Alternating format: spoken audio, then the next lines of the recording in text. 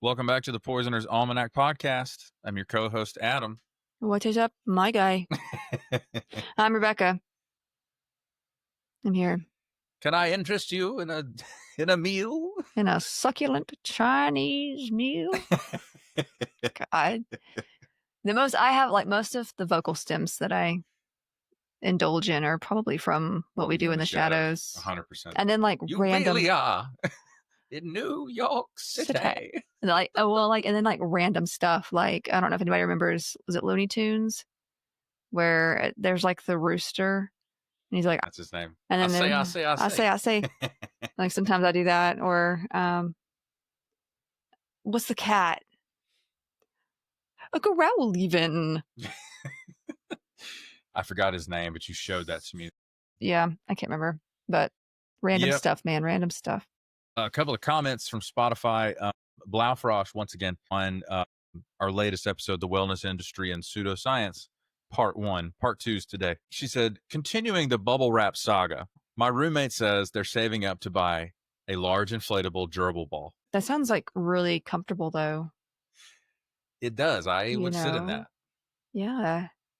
I would sit in that. And you're away from away from the germs. And yeah. And school just started back. Now Camilla's doing school here, but still. She finishes with another great episode as always. Thank you, Blau. Appreciate that. It was pretty long, that one, I think. It was. Well, no, that was the one from last week's was about normal. The one before that was long because I just wanted to get done with the RFK Jr. stuff. Mm-hmm. I was like, I'm so tired. You always have more information than you think you do, and all of it excites you. Oh, yeah, because I like to be thorough. So the episodes would be 7.5 hours long. I like to be thorough. You are thorough. But then I go down these rabbit trails, which you'll probably see in this episode, because I'm literally going to have to make this whole wellness stuff a good probably 3 parts, because which means 5. I just I already know. I got big into some of this other stuff, and it's really good. You have enough sheer, just by word count. I don't even know what it is. I'll bet it's 75,000. It is not. I'll bet it is. You're not done yet. You're not done yet. How do you know? It's not going to be that much. I am helping you stay out of the emergency room. That's what I'm doing. I don't think I had the time or the energy to have that much. Well, that's in 1 week. That's what you say until you're in the ER. This is how these things work. Yeah. I'm right about this. I'm not going to the ER. This is America. It's too expensive to go to the ER in America. It's true. Oh, are you kidding me? It's cheaper to die at home. I better be bleeding profusely if I'm going to the ER. Do you remember when you got bit by our turtle? We used to have a pet turtle. It bit Becca because the turtle thought Becca's finger was a piece of food. And they latch. They don't let go. They latch. Yeah. And it was underwater. And I freaked out because I was like, oh, God, necrotizing fasciitis, right? Well, because the water was kind of dirty. And I'm over here thinking, I don't want there to be an infection. I'm an overthinker. Because it broke the skin when she bit you. And we had a legitimate conversation. This is so American millennial. We had a legitimate conversation. Do we pay the $500 deductible for the ER just to make sure, just to rule out infection? $500 deductible now, though, is cheap for the ER. Well, it's all contextual. Yeah. We had that conversation. And I hate that about everything. I'd had that turtle since middle school. It's still alive. It's actually at Mom's house. Yeah. She's doing great. Yeah, she's going to live 117 years. Mm-hmm. Yes. Then on Instagram, let's see, the Conrad Stowe, STO is the last part of the username. He said, hi, just found your channel. Love it. Does your wife have a book list of her favorite books or the books she would recommend? I see that she's reading The Hot Zone. Oh, yes. I have a lot of books that I could definitely recommend. Some of them are probably taking over your space, but yes. But a lot of people, I'll recommend books too, and for certain topics in the Instagram DM. But I can come up with a list. You know what? Maybe next time we could include a little thing at the beginning, 3 books I would recommend for. Literally things. Across the room right now is 2 books sitting on the desk where I used to sit when we were not in the same room. The one on top is the Radium Girls. Radium Girls. Correct. The other one is Wicked Plants, I think. And you know that from, she can't see the cover. It's covered by the other book, but she knows from the fact that it's hardback and the color of that cover, which book it is. Yeah. There's that author also has one called Wicked Bugs. It's pretty good too. Yes, we have both. Don't we? It's good. Poison in the news. This is very prohibition coded, this story. This is from Euronews. 13 dead and dozens ill from alcohol poisoning in Kuwait. Now, how does that happen in Kuwait, you ask? I'm so glad you asked that question. Methanol? The country's health ministry said hospitals had registered 63 methanol-related cases Saturday. 13 Asian people have died in Kuwait since Saturday from alcohol poisoning caused by methanol-tainted drinks. The Kuwaiti Ministry of Health has announced. In a statement on Wednesday, the ministry also said that hospitals have treated 63 people for alcohol poisoning during the same period. Of those affected, 31 patients required artificial respiration, which is intubation, a ventilator. Yeah, it's rough. 51 received urgent dialysis sessions, which, just so you guys know, that's bad. And 21 cases suffered permanent blindness or severe visual impairment. It'll do that. It affects the metabolites from that will affect the optic nerve. Now, we talked about a little bit, not in Kuwait, but we talked about this in Sri Lanka. There was a lot of, I think, was it Sri Lanka? People were going on vacation there, drinking alcohol that was not familiar to them. Like they didn't know it wasn't a brand alcohol. It was alcohol that was made. Homemade. Yeah. And so. Homebrew, baby. And there was a lot of poisonings going on there. So I think people were being warned, don't drink alcohol that you don't know where it's coming from or whatever, especially overseas. Now, here's the genesis. Ladies, problem. What's the genesis? Oh, my God. Paul Blart Mall Cop. Alcohol imports have been banned in Kuwait since 1964. Yeah, well. That is 60 years, which is impressive. And its consumption was criminalized in the 80s. It is illegal to drink booze in Kuwait since the 80s. Well, if you look at our history, I mean, a lot of people died during Prohibition during our history because of methanol-tainted alcohol. That's what we all think of when we hear this. It was a massive failure. So consumption of alcohol criminalized in the 80s, leading some people to trade in illegal alcoholic beverages, often contaminated or prepared in unsafe conditions. Yeah, that's what's going to happen. There you have it. This happened during the American Prohibition. Authorities in Kuwait, urged people to report any suspected case of alcohol poisoning through hospitals or approved hotlines. South Asian migrant workers make up a large proportion of Kuwait's population, most of whom work in the construction, domestic services, and retail sectors, and are often most at risk of exposure to illegal or poor quality products. What they're referring to is they're more vulnerable to contaminated products like this. So unfortunate, but we have seen that before. Yeah. All right.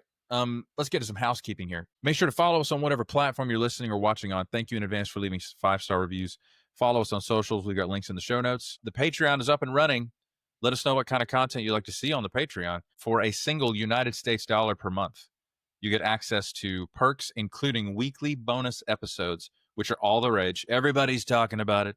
God, I'm triggered. Thank you for that. You have the option to leave us a voicemail that we listen to and react to here on the podcast. Also, you get shouted out by name on the podcast, and those people are as follows: Pensgirl71, Mara Santiago, Grace Lahan, Genevieve, Nahev Shatrit, Jay Went, Incan Hafner, Kiri Yorsek, Tay of Sunshine, Monique, Shane R., Sue Steves, James Mills, Megan Geiler, Liz B., Willie Wolf NZ, Mama G, Nicole Rivers, Richard Miyako, Heather Nolan, Kaylee, Sasha Rubel, Maya Shostak, Maggie Jarm, Ogre the Viking, Lynn Rocket, Brett Moser, Zaid, Neil Houdini, Nicole Crane, Jefferson Vargas, Carmen Q, Sarah G, Knittin' Ninja, Esther, Olive Octopus, Betsy Rich, T-Bug, Christine Moljadi, Morgan Brittingham, Blau Frosch, a.k.a. Clara Jurisons, Vix, Anne Maria, Carl Ziegler Jr., Clyde, Jennifer Wilson Richter, Fidgety, Wendy G, Elena MK, Caitlin Martin, Pungram Minnesota SPT, Tasha, Stuart Slattery, Simone Valdez, Christian Scradergard, Bonnie, Oma D, Rynell Alara, Kristen Arnold, Aaron Carey, Lynn Simpson, Melissa Emmel, Desiree Davis, Jennifer Ramirez Johnson, Dalek Party, The Warped Witch, Dizzy Dancer, Creative Otter, Yadmit, Supergirl Sway, Rachel, Anya Brandt, Ebby, Leah Marie Matson, Lady Digitalis, Jesse, Shay 10, Julia Franzoni, Sparks, Gloria Eichmann, Thomas Huff, From Strings to Things, Soy Kasumi, Jessica Gasparini, Robert Jr., Kate Lennon, Ron Mack, Donna Lancanese, Lauren Smith, Anna G, Serpentine Fire, Melanie the SLP, Stuart Lee, Solstice, Chris Millanak, Mackenzie Kennedy, Libby, Hetty, Hantapalooza, Lisa MN, aka Schmut, J Moon, Kelsey H, Paper Sky, and please welcome our newest patron, Hannah Cook. Thank you all for supporting the podcast. We appreciate it, I brah. think I hear our child stomping around. She's a stomper. She's a heavy-footed person. But she's like very light. She's still in a booster seat. She's almost 10 because she just doesn't eat much. She's very picky about what she eats. So anyway, so last week I told you some of the history of the wellness industry. If you're one of our patrons, you've also heard the stories of Franz Mesmer with his animal magnetism, if you will, Daniel David Palmer, and also just recently Dr. John Kellogg with his interesting self. Now, we talked about the fraudulent lifestyle promotion of the Liver King, as well as fad diets last week and lifestyles that just ranged from money wasting to dangerous to one's health. So, and I have promised some pretty crazy stuff today. So let's get into that. Now, first, I want to go over the story of Belle Gibson while we're here. Mel Gibson? Belle Gibson. Gotcha. Although we could talk, Mel Gibson has his stories, for sure. Many of you out there have probably heard of this influencer. She, especially if you live in Australia, this is where she is from / lives. I don't know if she still lives there, actually, but Belle was this popular wellness influencer in the 2010s. And she was the creator of the Whole Pantry app and cookbook eventually after the fact. But she started by launching her Instagram in 2012. Remember 2012? A white woman's Instagram. Yeah. This was like 2012. Wasn't that when everybody was scared of the Mayan calendar? End of days or whatever. Yeah. So she was the creator of this. She started this Instagram in 2012 under the name @HealingBelle. And I think Instagram... Immediately no. I think Instagram was relatively new at this point. I think it first started to take off in like the mid 2000s. Yeah, like it was, Anyway. It was still its own company. It was not owned by Facebook at that point. Yeah. So Meta. She started this account claiming that she had brain cancer, and she began promoting holistic nutrition and lifestyle interventions as a remedy. Now, her content included inspirational quotes, live, laugh, love, posed selfies, if you will. I'm not good at posing. Like someone tells me like pose for something. You actually are. You just don't have any confidence that you are. Maybe. I don't know. Recipes for Buddha bowls. I'm guessing that's like that was probably the trend, the superfood trend of the day.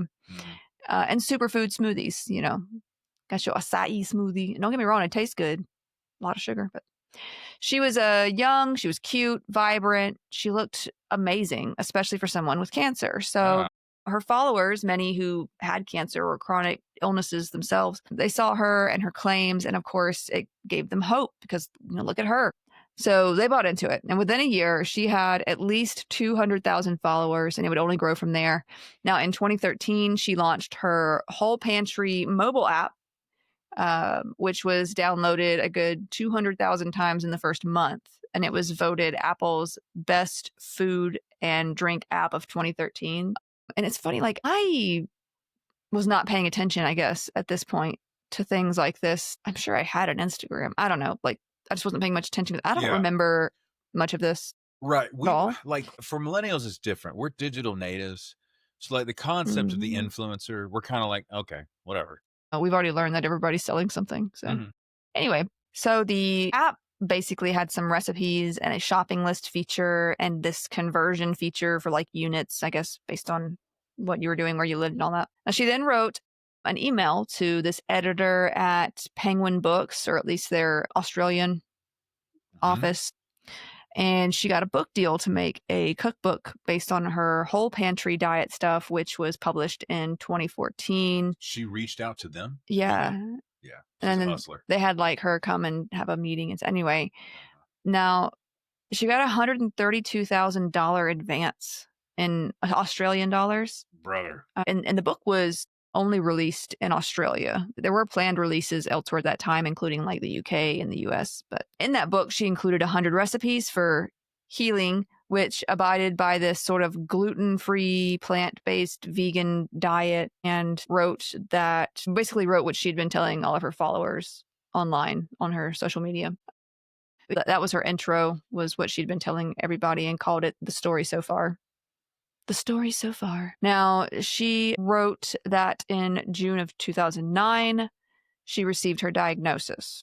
This is what she wrote in the book and what she was telling everybody. She stated, and these are her words, "I will never forget sitting alone in the doctor's office 3 weeks later, waiting for my test results. He called me in and said, 'You have malignant cancer, Belle. You're dying.'" She also claimed that That's she not how withdrew. they say that. You're Anyways. dying. Maybe she could have been watching a lot of, medical TV shows. They do a lot of things on those medical TV shows that are not. Mm-hmm. I've never seen a doctor spend that much time with a patient. I knew you weren't going to be able to help ever. A doctor putting an IV in. Okay, sure. A doctor getting blood from a patient. That's not that common. Sure. Anyway, I'm sorry. I'm not going off on my rant. She also claimed that she withdrew from chemotherapy and radiotherapy, like radiation, after 2 months, and embarked on a quest to heal myself naturally, empowering myself to save my own life through nutrition, patience, determination, and love, as well as vitamin and Ayurvedic treatments. What is, I don't know that word. It's an alternative medicine sort of situation. Oh, that's why I don't know. So yeah, Ayurvedic treatments, craniosacral therapy, which is some sort of, it has something to do with making your cranium sacred. No, it's like a musculoskeletal sort of thing. Okay, that's what I know. Yeah, like I read up on it and I was like, sacred cranium. I got it. So there's also a whole lot of other treatments that she was pushing. She essentially said she had cured her inoperable brain cancer with this diet and natural means. Now, she, of course, mentioned her many social media followers in her book, and she said they were drawn to her because of her authenticity and integrity. Meanwhile, the truth was, Belle did not have cancer. She'd never had cancer. And many of her followers who did have cancer were listening to her advice and leaving conventional medicine like chemotherapy and radiation like she said she had, in favor of this system that she said worked for her. And it looked like she looked great. So like people were like, well, if she has cancer and she looks like this, something. She doesn't look, she looks great. I'm just thinking about the people who were really sick, who followed her and were like drawing inspiration from her. And I'm like, man, it makes me so angry as a healthcare worker. I'm like, you are grifting off of people who are terminally ill, most likely, and well, that's how she made it in this episode. So yes. Now, those with chronic illness were also choosing to forego medication and medical advice. One example was a young woman in the UK. Her name was Maxine. She told the BBC her story about how she became pulled into Belle's con. Basically, Maxine had been diagnosed with ulcerative colitis when she was 11, but it was difficult to get that diagnosis. A lot of doctors had just been blaming her pain on her period or hormones, the typical like, oh, this hurts. Well, it's probably just your period. But in reality, it was... it's not easy being a woman. In reality, it was ulcerative colitis, which sucks. It hurts. Yes. So she already had a rough history with doctors. And when she saw Belle on Instagram discussing how she had healed herself using these lifestyle changes and natural medicine, sort of a wellness method, over conventional medicine, if you will, she quickly bought in because she's like, maybe I can do that and it'll make me look and feel like her. Like, I don't have to live this way kind of thing. Now, it didn't help that the medicine used to treat her condition were like steroids, and it caused some not so fun side effects like weight gain, probably some skin problems. Steroids can cause a lot of side effects. Like, they work doing what they do, but it's a trade-off. They can cause some side effects for sure. Especially long term. If I could just interject about okay, the people who, cancer patients, they can go through treatment, surgery, treatment, what have you. And let's say it's successful. They survive, they're cancer free. they can still have leftover effects from chemo and radiation. Or be taking medication to. Like it's a long road, Yeah. and it's terrifying the whole way Yeah. through. And I don't know. The fact that this girl doesn't know anything about like chemo related neuropathy in your hands and feet or chemo brain or anything like that. The more I read up on her, and I'm sure most of her followers were not involved in healthcare, or if they were, they chose to ignore certain things. Yeah. So she latched on to Belle's system and she gave up her medications.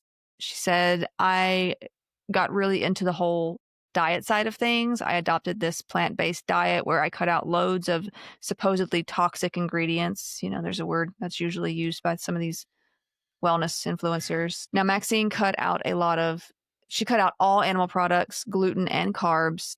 And she admits that it was very extreme. What are you just eating air? Like, what are you eating at that point? Well, and she said that after a short placebo period, her health just fell apart. She became so underweight that she lost her period and she was sick a lot. Yes. She said instead of believing the system didn't work, she saw Belle like online, she was living so well and she was beautiful and happy. You know, she started to believe that she was the problem and that she wasn't good enough or doing enough, that kind of thing. And also, like, another red flag when it comes to like wellness influencers or people that are scamming people, it's like, what worked for me will work for everybody else, Sure. regardless of what their diagnosis is or whatever. You know what I mean? So like, it's that's not. that's the pitch. So, and because there are certain illnesses where diet change will help you. Yeah. You know what I mean? Certain things, but Totally. I literally spoke with a woman. doesn't mean you stop taking your medicines either, but yeah. You know, I literally spoke with a woman who was a relative of the patient I was there to see. In her late 60s, hospitalized with AKI, acute kidney injury. Mhm. What was it, low sodium? Yeah, sodium got way too low. Not a whole lot of significant health history. And she drinks like 4 or 5 Cokes every day. And I was like, sweetheart, your kidneys are going to fail. She diabetic? No. High blood pressure? Probably, if I had to guess. When I say significant, my context, significant health is like 3 strokes. Right, yeah, I know what you mean. You know what I'm saying? I'm just curious. But like, she was ambulatory, in her right mind, she's probably retired, whatever. But I was just like, man, you can't drink Coke like that. She flat out said, I don't care. Well, and a diet change like that is like, well, that's a no-brainer. It's low-hanging fruit, man. You're probably never going to be hospitalized again. I mean, or like, say you have CHF. One of the biggest things is limiting salt intake. And totally. Like, my grandfather, he had CHF and COPD later in his life, and he still wanted to, we had this sort of ritual. Yeah, like a ritual of just going out to eat all the time. Yes. And he didn't have much money, obviously, when my mom and stuff were younger, and he had built this sort of business, and he had profited from it pretty good. It was a welding business. Yeah. And he, so we would go out to eat with my grandfather, and it was great times. It was like one of my favorite memories is just going out to eat with my grandfather. Yeah. And but he was always doing that at the expense of his heart. Well, like, and, when we were first doing it, obviously he was in better health, but like later on, but he had gotten so caught up in like this sort of ritual. It's like, well, I want to go to, and he would be like, I want to go to Olive Garden.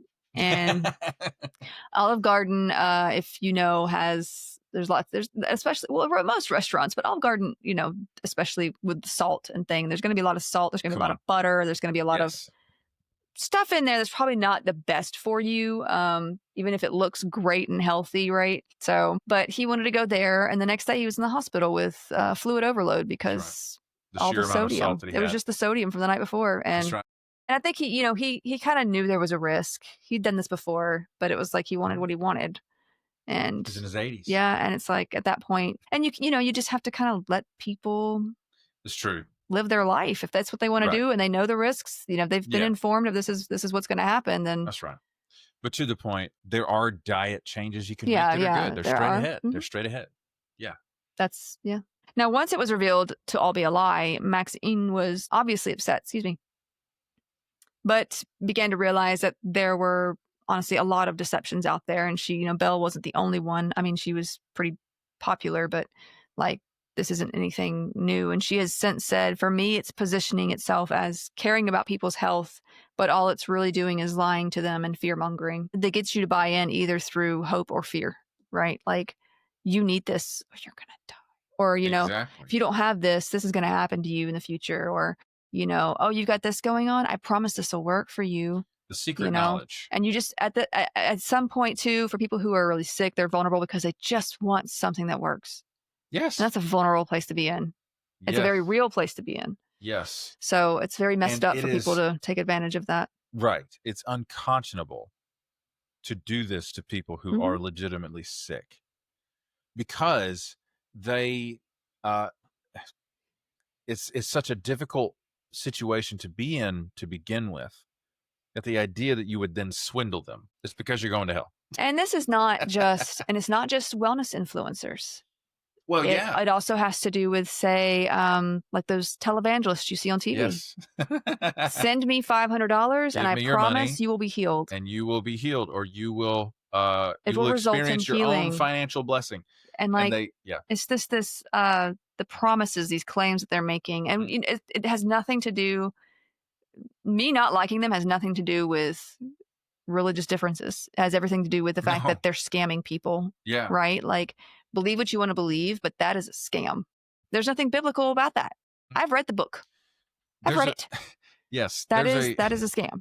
There's a TV show called The Righteous Gemstones. You might want to check it out. I've read the book. It says, freely give, for you have been freely given, right? Like, you don't sell healing, right? Like, that's not in the Bible, but people are out there like getting people to like, pay me this and you will be rewarded with healing. But if you're not, then you must be in sin. You're inviting a curse on yourself. It's like they get out of it with that logic. So like, well, I'm sorry that you didn't get it. You must have done something bad. It must have been your fault. And so it's not just these wellness influencers. There's religious trickery afoot. There's, and it's not just with, it's not just with Christian religions. It's with, lots of other different stuff. Sure. I'm not just hating on. Yeah, it's modular. You can incorporate any religion you like. You can do it with. And it's typically the ones on TV. It really, I'm not saying other ones don't, but case in point, had a friend that went to that ministry that's here in Augusta. I don't know if they're still there. That is it, Sandra Kennedy or some crap. Yes. That girl, that lady. Yes. She would sell these handkerchiefs. Yes. In her gift shop. Literally had a gift shop. You could go in there. And I only know this because a friend of mine at the time, she went in and she had bad, I think, endometriosis and some other stuff going on, just painful stuff.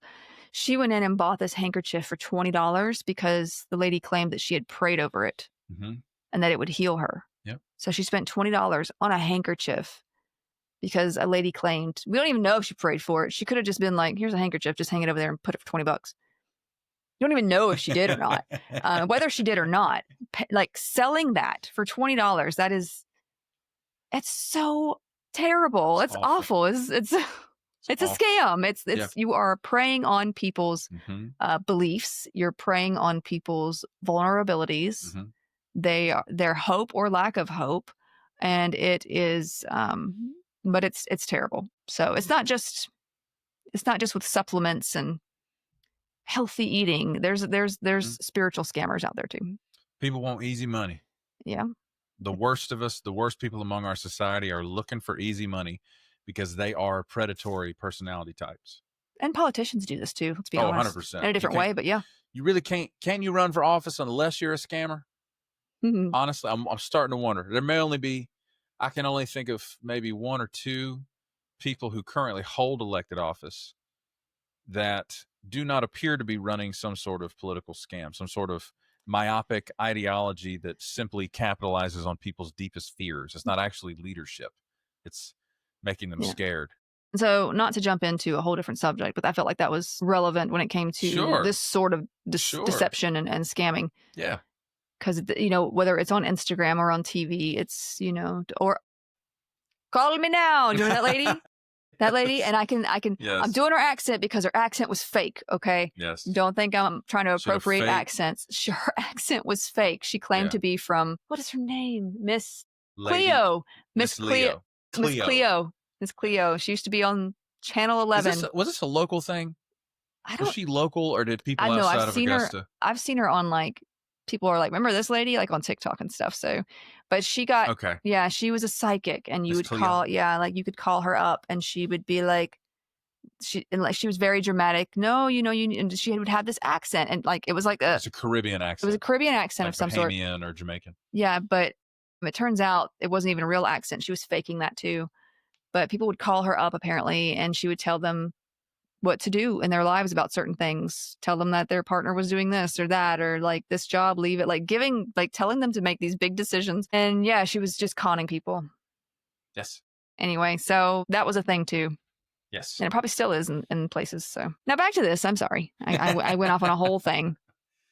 So another who spoke out about her experience was Kylie, who lived in Australia. She was undergoing chemotherapy for lymphoma. She also gave up medical interventions after finding Belle's Instagram and app, turning to this sort of natural way. And now, like chemotherapy and radiation, they can be difficult experiences. Yes, They're not fun. You can have side effects. They're going to have, it's killing cancer cells, but you're going to have side effects. Yeah. It's a controlled form of poison. Yeah. They're trying to poison the cancer out of you, but then as a result, they poison you.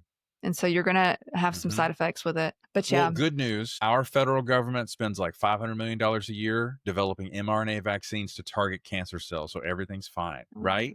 Yeah, they kind of got rid of that recently. I'm being sarcastic. Thanks. Robert F. Kennedy Jr. canceled all of that. Amazing. They had a thing in place too where they were working on a vaccine, I think, to help prevent breast cancer too. Anyway. Are you like, can you imagine women not having to have mastectomies, lymphovenous bypass, reconstruction? Oh, like they care about women's health. Well, they don't, to be honest, but like I'm just imagining all the women that have died in their 30s from breast cancer, right? Or had a reoccurrence 20 years later, cancer-free 20 years later. Well, while we're on the subject, my aunt had breast cancer.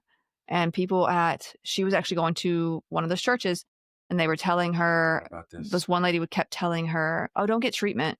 Just, pray about it. Oh, no. Let it happen, and this could work out for, this could be a good thing for like the church or for God and stuff. And now you're not saying it, but you're saying if you do get treatment now, then you don't have any faith. Mm-hmm. That's what you're saying. That's right. Right. And so like, if you have been a long time believer in something and now you're faced with, well, do I have faith or don't I? Like, it's not about faith. It's about you getting what you need to get so that so that the cancer goes away. That's right. Like it's not, they make you feel like you start to self-punish. You feel shameful because if I had faith, then I would That's right. But that's not how that works. And that is just so twisted and sinister to me. Sinister. That's the only way to describe it. So it's part of, I think of the BITE model from Dr. Stephen Hassan, one of the world's foremost cult experts. Any group that tries to control behavior, information, thoughts, and emotions, BITE, BITE, that is evidence of a cult group or undue influence, to put it diplomatically. That's control of behavior. You should do this. And it's like, actually, you should mind your business. And I know that not every church is like that. I'm not against spirituality. I think healthy spirituality is good for a lot of people because they really, especially when it comes to mental health, it really helps people. But then you have stuff like this happen where there's going to be scams in every area when it comes to wellness, including the spiritual side of things. It just is. I mean, and it's not, we're going to get to some more stuff in a minute, but let me just continue because I know how I am. So, Kylie, she sees this woman, and who says she has cancer and she's supposedly in poor health. And again, she's beautiful. She's thriving. She's living. I mean, the girl is glowing. She's really pretty girl. Are you referring to Belle? Yeah. Right. She's a really pretty girl, and she just looks like she has it all. So she got $134,000. She had more than that for a little bit. But she sees this and Kylie, she's going through chemo. She's losing her hair. She's feeling awful. She's like, maybe this is the wrong way because she's looking great. And Belle, she's over here saying that what she's doing was curing her cancer, is making her better. And according to Kylie, I had her there to look at as proof. I had her on my phone. She was in magazines. She was on the news. So I trusted her. And she was in interviews and all kinds. Like nobody was fact checking this girl for a little while. So yeah, when the news about her lying came out, Kylie said she was shocked, stating, "I felt betrayed." Who makes that up? A psychopath.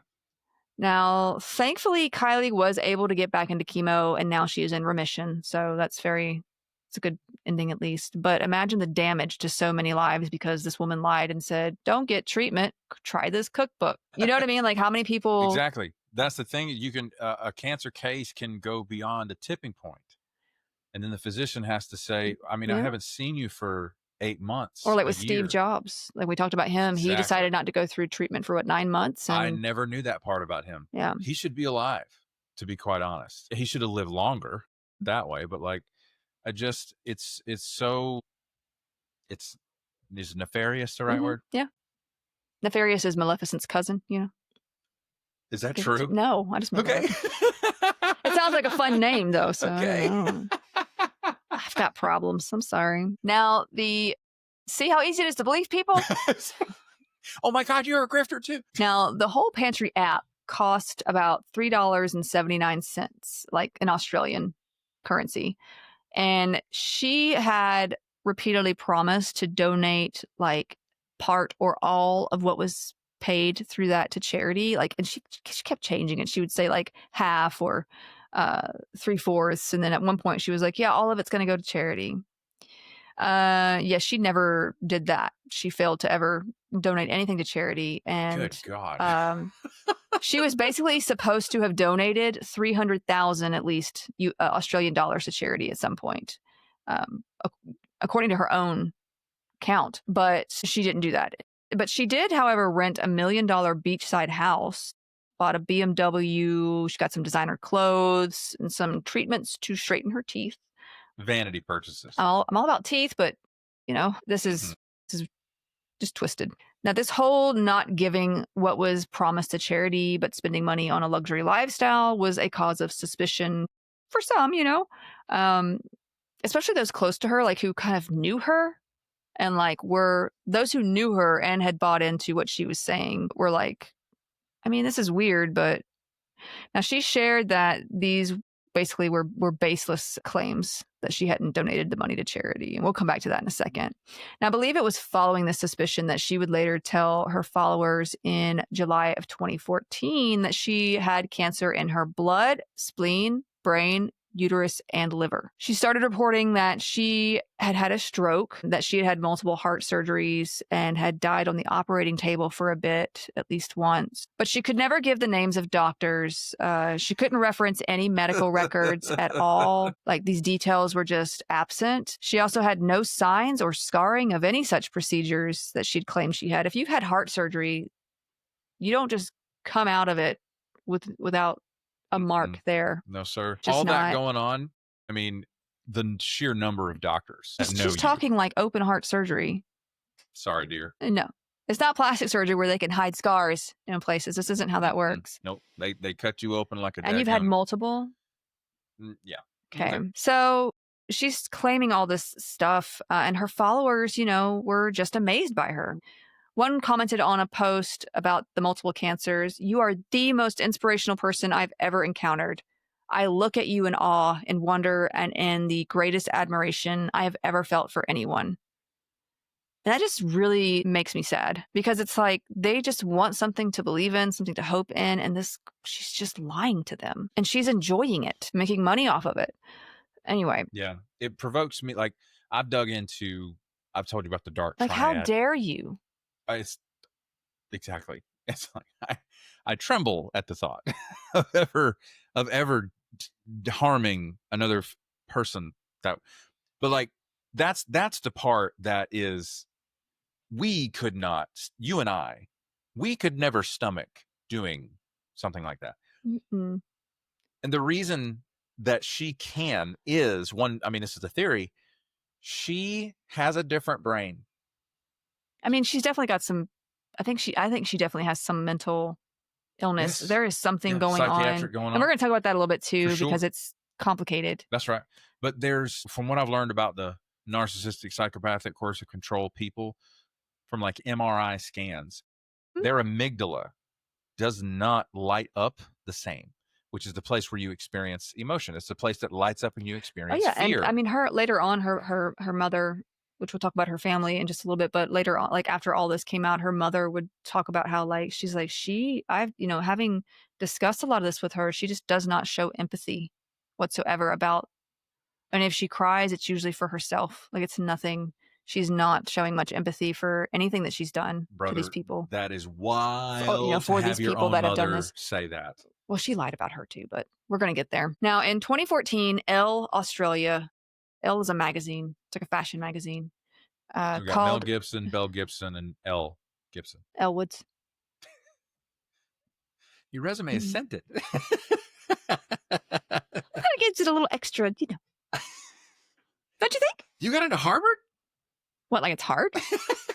I love that movie. I do. That movie's great. Anyway, but yeah, in 2014, Elle Australia called her the most inspiring woman you've met this year. Gross. So they haven't been doing any looking into her either, I guess. Great job, Elle. And it's not like this is the 1920s or it's not like you can't like look on the internet for things and do a little research. Sure. I will say one factor in her succeeding at doing this is patient confidentiality. You can't, even as a journalist at a legacy media outlet, you can't just call the cancer center and say, hey, is Belle Gibson a patient there? They can't tell you that. No, right? but if you can request her to show proof after, like, hey, like nothing's really adding up.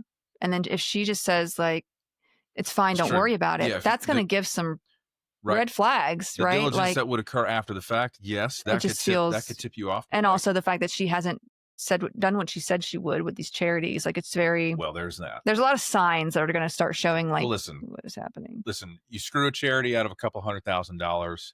It's really fine. Just run for president of the United States. Also, as we'll find out, this is not the first time she has lied like this. So I am invested. Now, I had heard of her in like a cursory fashion. I didn't know all of this was involved. Now, Cosmopolitan, which Elle Woods says is the Bible, favorite drink. Actually, I used to like Cosmopolitans, but now I get acid reflux and I can't really enjoy it. But Cosmopolitan, another fashion magazine for all those who don't know, bestowed their Fun Fearless Female Award on her around that time too. Brother. Now, all right. Now look, these are major magazines. They should have the ability to look into some of this story, right? Interview a few people maybe around her, make sure that she's. But then again, she's also been supported now by Apple with the app and also Penguin Books. So it looks like, well, if they support her, then it must be fine. She's been vetted. It's okay. So yeah, by 2015, she had made more than $1 million Australian dollars from the Whole Pantry app and cookbook. And she was working with Apple for a version of the app for their new Apple Watch coming out. She was also continuing to blog and post on her social media pages, Instagram, Facebook, probably, et cetera, at this point. Now, in interviews, Gibson claimed to have had, like I said, brain cancer, blood, spleen, uterine, liver, and kidney cancers, which she falsely attributed to a reaction to the Gardasil cervical cancer vaccine. So look, more damage being done. Like, oh, don't get this vaccine because it'll give you all of these cancers. Jesus Christ. I feel like I'm taking crazy pills. Which Gardasil, it says cervical cancer vaccine. It's the vaccine for HPV, which can cause cervical cancer. So I do want to. You're saying HPV can cause cervical cancer. Yes, that's and what you're saying. Gardasil is the HPV vaccine. Right. I just want to straighten out, make sure that that's. Yeah, I'm just being straight. super clear there. Exactly. Now, when the book was launched in November 2014, Gibson claimed in its preface that she had been stable for 2 years now with no growth of the cancer. But then she told media outlets that the cancer had reached her liver and kidneys. And 3 months earlier, she had posted on the Whole Pantry's Facebook page that her cancer had spread to her brain, blood, spleen, and uterus. So she's just very inconsistent with her story at this point. Some closer to her did suspect something wasn't right. Like one friend of hers at that time had told the press that she was at a birthday party, I think, for Belle's son. I don't know if I mentioned this. She has a son. That'll come up. That'll come up in a minute too, though. We're going to get there. Okay. I was trying to get through some details. Yes. And then cover what was really going on behind the scenes. So, but yeah, this friend was at a birthday party and apparently she said that Belle just fell to the ground and looked like she was seizing. And so she like screamed for somebody to call an ambulance. And then Belle sat up like pretty quick, like she was fine, and was like, no, I'm okay. And she later claimed to friends that she just didn't want to go get conventional medicine at the hospital because, that would just... She faked a seizure in front of... Apparently it wasn't the first time. Or other, symptoms that she had faked here and there. But yeah, her issue was, I don't want to go get conventional medicine. And of course, if they'd taken her to the hospital, they would have been able to be like, there's nothing wrong with you, right? And everybody would find out. So of course she's like, I can't go there. And her excuse is, no, I'm healing myself. I can't go get this conventional medicine. You get what I'm saying. So yeah. Now she was in the process of expanding her brand past the app, book, into this website, assisted by her boyfriend/partner, Clive Rothwell, who was helping her take care of her young son as a sort of stepfather figure. And it's important to remember that she's being backed by Apple, Penguin Books. Like, yes, this she is has going on professional too. relationships with those brands already. Now, the son I mentioned, she had him when she was 18 by a different man. So when I say stepfather, like that's what I mean. And from my understanding, Clive Rothwell, her boyfriend/partner at the time this was all going on, he had no knowledge whatsoever that she was faking it. We're going to come back to that in a minute, but it was that she was faking it or that she was ill? No, she'd been telling him the same lies. Okay. Someone went to the Sydney Morning Herald with a tip concerning the whole fundraising fraud in like 2015, raising these suspicions over Belle's other stories, like, well, she's lying about this. What else is she lying about? And claims. I think there was even one family whose son had either cancer or something, or leukemia or something, which, and she had said she was fundraising for him and they had never heard of her. Like it was messed up. Messed up. Wasn't there... Who's fundraising for us? Wasn't there a politician in office? He lied about everything too. They should be friends. He lied about his name, his experience. Santos? Yeah, and they just kind of like, well, let's just forget about him. Didn't he raise money for like this dog that had cancer? It was a veteran's service dog or something. It's laughable. And then like he took the money or something. Wasn't that him? Yeah, I think it had to do with campaign finance infractions. He took money that was donated to his campaign, and I believe he used it personally. Well, there was a time he raised money for this veteran's dog that was dying or something. Said he was going to give him, and he never did. It's amazing. They would be friends probably. Maybe they are. Who knows? Anyway, so yeah, someone went to the Sydney Morning Herald. Investigative journalists Bo Donnelly and Nick Toscano started looking into her past, digging into everything that they could find, things that people should have been doing. Donnelly and Toscano wrote in the Sydney Morning Herald, March 8th, 2015, about the influencer's failure to donate the promised funds. Now, 5 charities for which she'd allegedly fundraised had no record of Gibson's donations. 4 of them didn't know a fundraiser had happened at all, including that, one family. Gibson hit back via Instagram against incorrect claims and assumptions and blamed a cash flow problem. Now, these investigative journalists also discovered that prior to 2009, this is before she had like this stuff going on, her like Instagram and all that going. And this is also when she claimed that she had received her brain cancer diagnosis. Mm-hmm. Belle was actually big into the skating scene, and she had moved to Perth in Western Australia at this time, where she got a job listening to medical claims at a private health insurance company. So, oh my God, she started writing on skating forums that she herself was sick with terminal brain cancer. Even then, at this point, she would post updates on there a lot. One claiming, "I just woke up out of a coma type thing." People don't have comas at home, sweetheart. Or she might have said she was in the hospital, but it's just very, yeah. It's not true. Well, she would have, if she's writing this, she would be insinuating that she was at a hospital, because she says, "The doctor comes in and tells me the draining failed. I went into cardiac arrest and died for just under 3 minutes." The draining. Okay. The draining. It sounds like a dystopian future Netflix series. In early 2010, this is when she was pregnant with her son, she told this same story to the parenting forum, What to Expect. Like she was on there, I guess, telling lies about things. So she's still alive. She was on the forum to ask questions. Yeah. She was Well, not. she's going from place to place. As for her childhood, we need to go back for a minute because we have to pick through what she says was true. No. I'm just going to further back. And what has been confirmed to be true. Okay, so stick with me. No doubt. Annabelle Smiley, should probably lie about that too. 2 L's? Smiley, was born October 8th, 1991, which is kind of funny because my daughter's birthday is October 8th. So. How dare she? In Launceston, Tasmania. Launceston? How's it spelled? Launceston. Launceston? Yeah.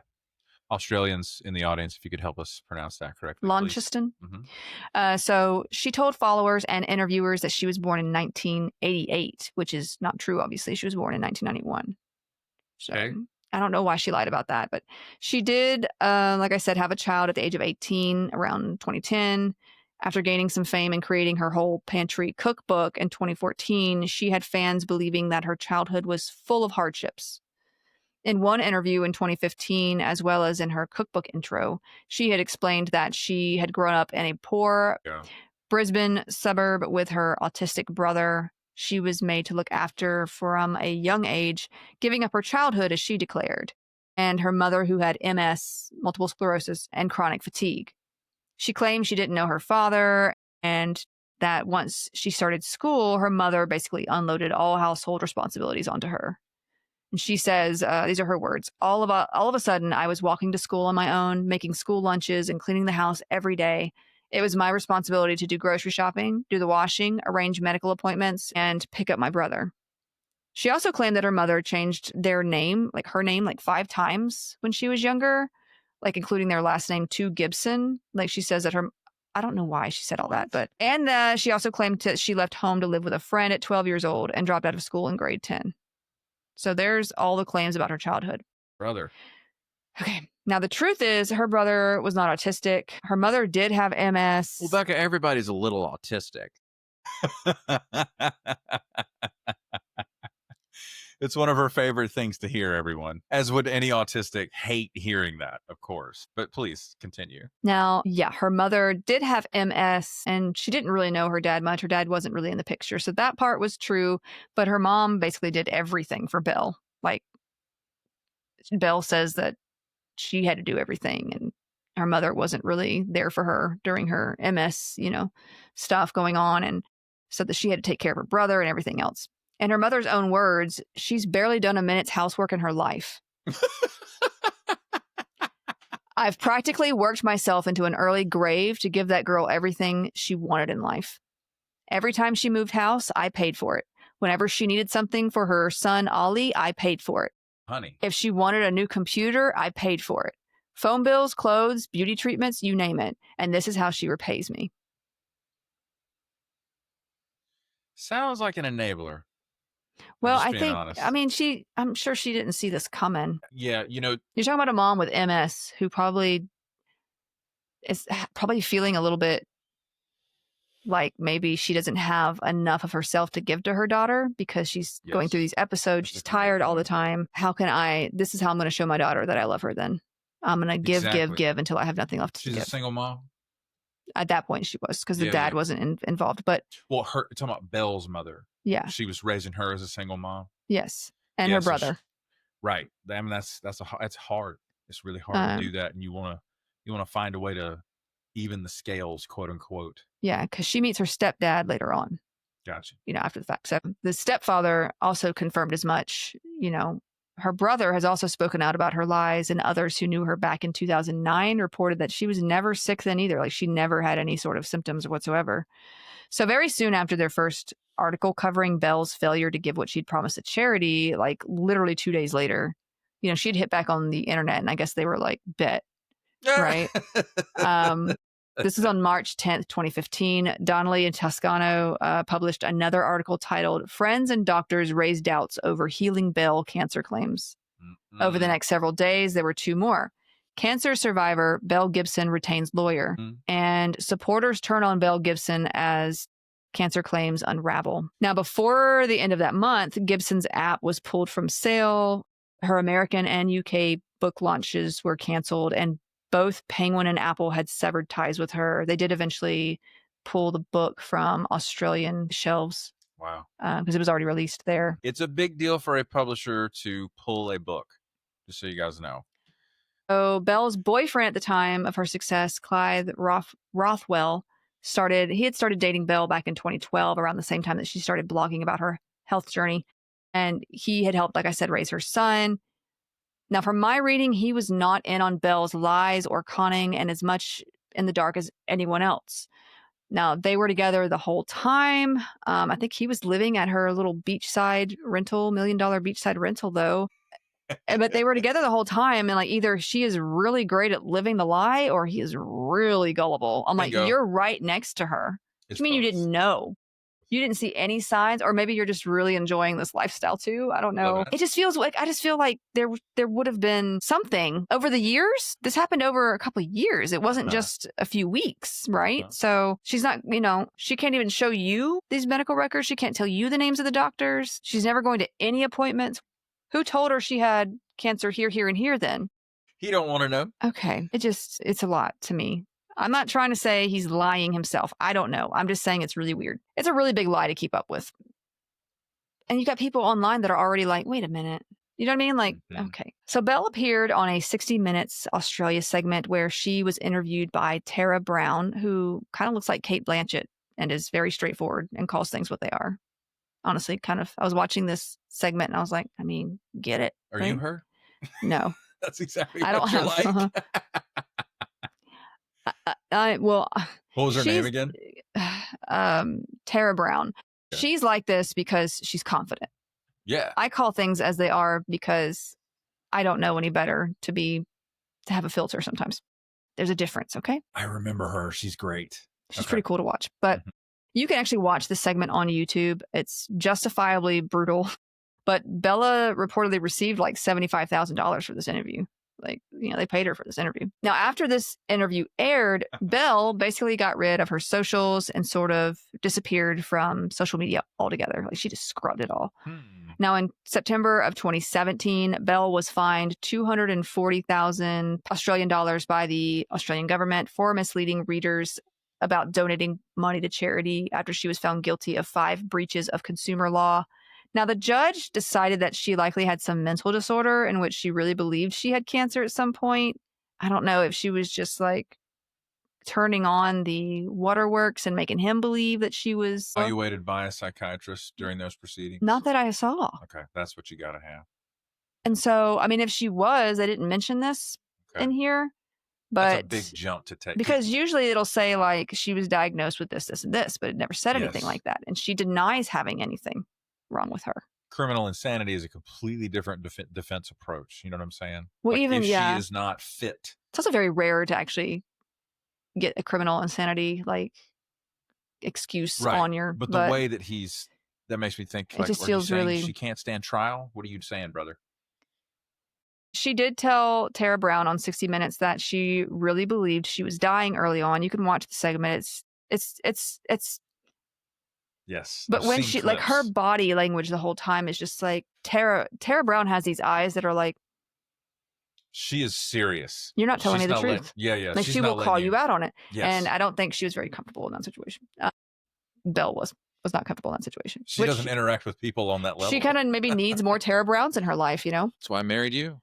I wanted to be honest. Some have suggested that she may have Munchausen disorder, but Belle has continuously denied any sort of diagnosis or disorder and still denies that she lied or was completely in the wrong for what she did. Now, she has come out and stated that the cancer diagnosis wasn't true, but she still kind of denies that she lied. Right. So I saw her skirt around answering that question directly in the interview. Now, in a final interview in 2015, published in Women's Day, she stated, "I am still jumping between what I think I know and what is reality," she says. "I have lived it and I'm not really there yet." She kept up this whole thing where she's a victim in this story too.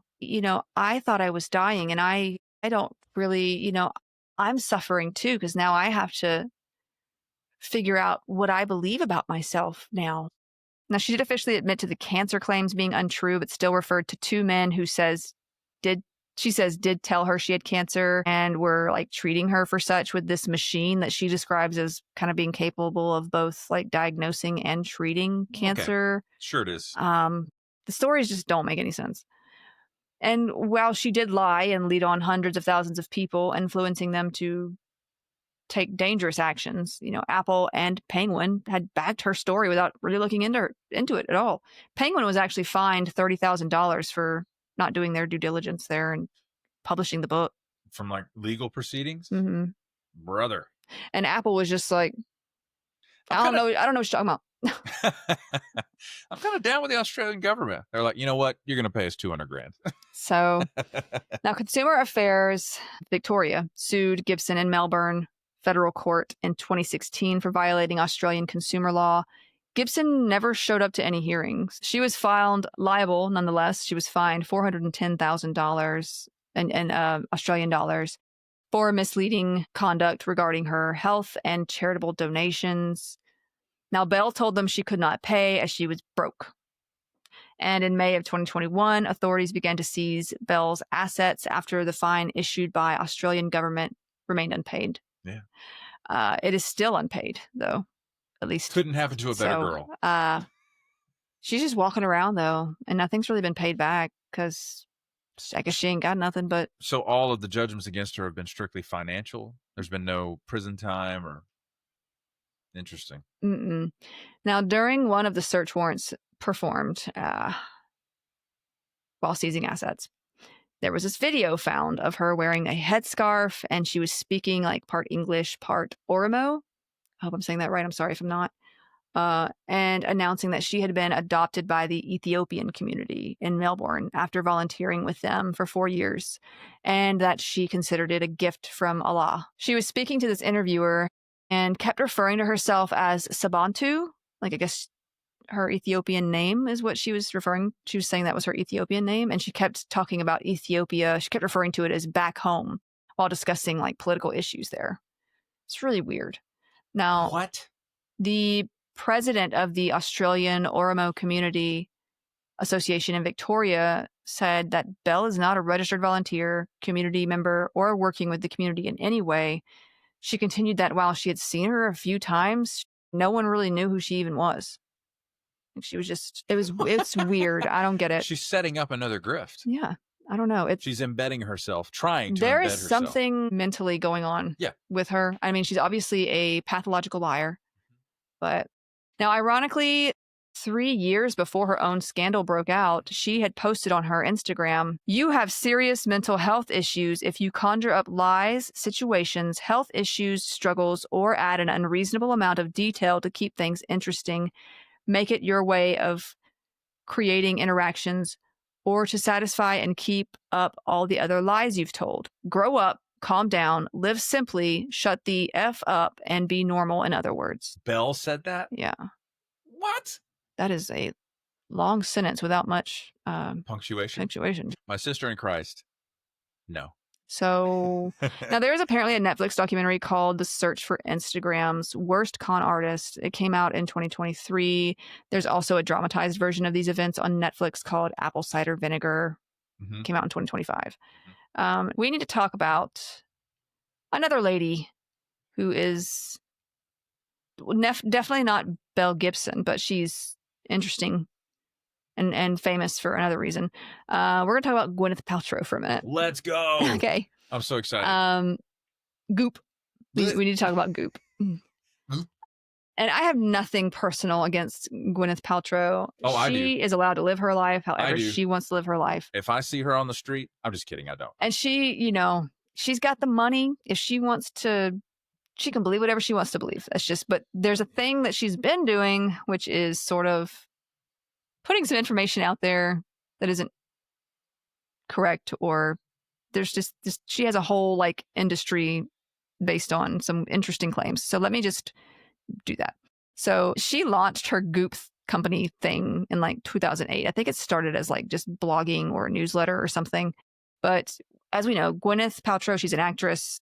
She does have an interesting lifestyle, and that's her thing. She do whatever she wants, as far as she has told the public, at least anyway. Now, Goop started as, like I said, a newsletter. she had basically focused on this lifestyle, and it became a whole brand and is now this lifestyle/wellness company.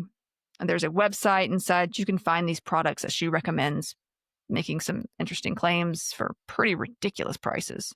And I'm just going to mention a few products and practices that may have some more use in a mature crowd. If kids are around, either skip forward or come back later, or ask them to put headphones on, because it's not really, really bad. I just want to say, so that people have a chance to know, that I'm going to mention a few things that might be more of an adult nature. Lynn Rocket, we're literally talking to you. And she may hear this and be like, it's fine, because like I said, it's not bad. It's not. Lynn, we're going to see your kids in just a little bit. We just don't want to ruin them. Thank you. It's not going to get descriptive. It's not going to get, what is it? Right. It's subject matter. Yeah. It's just, it's the products. Okay. I'm talking about. This is a content warning. Okay. The Jade egg. I had never heard of this until like Gwyneth Paltrow's brand had become associated with it. Do you know what the Jade egg is? Have you heard about it? Have you seen it? I roughly know. There's like know what it is. It's been, I'm sure you may have seen it on like social media here and there. Yeah. Or people talking about it at least. Mm-hmm. They're also known as yoni eggs. These are like egg-shaped gemstones or polished crystal that are for vaginal insertion. So yeah, the jade egg is just made of jade, or it says it is.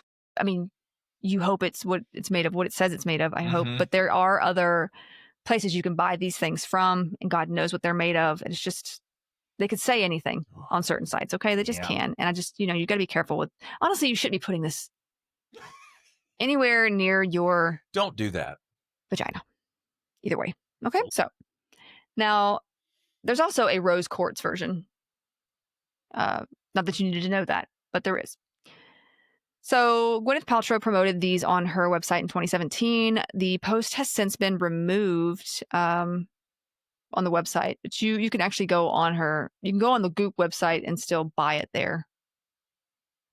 Technically, and the rose quartz one. Yeah. So you're supposed to put this egg rock thing inside that space. And according to to those who advertise it and promote this sort of thing, you're 12. Leave it alone. Sorry.